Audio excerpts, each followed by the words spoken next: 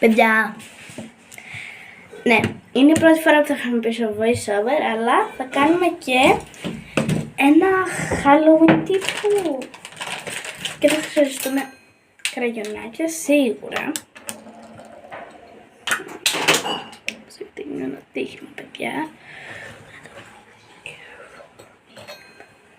Εντάξει, το τύχημα το σώσαμε. Είναι κι άλλο ένα τύχημα. Περιμένετε λίγο. Επέστρεψα και θα κάνουμε εδώ ένα εγκέφαλο. Εδώ, σε αυτό το σημείο θα βάλω voiceover.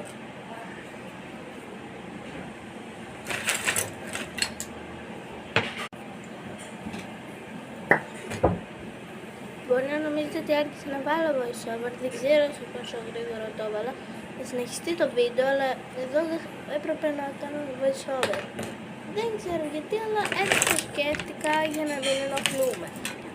Εσείς τώρα με βλέπετε να βάφομαι, αλλά ταυτόχρονα σε λίγο θα γινώ το δεύτερο part.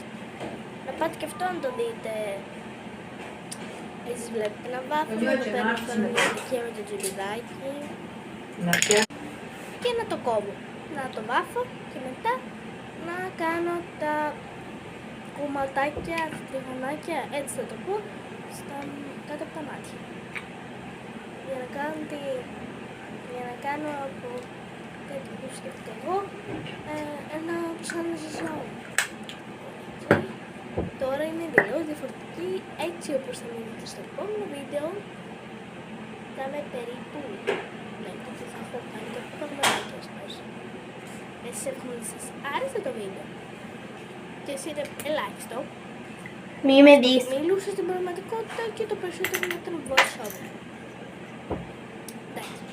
Τώρα εκεί με ακούσετε λίγο να μιλάω, αλλά αυτό ήταν κάτι λίγο, καθώς έπρεπε κάπου να συνεννοηθώ και απλώς έπρεπε να μιλήσω. Και ξέχασα να πατήσω παύση και έτσι.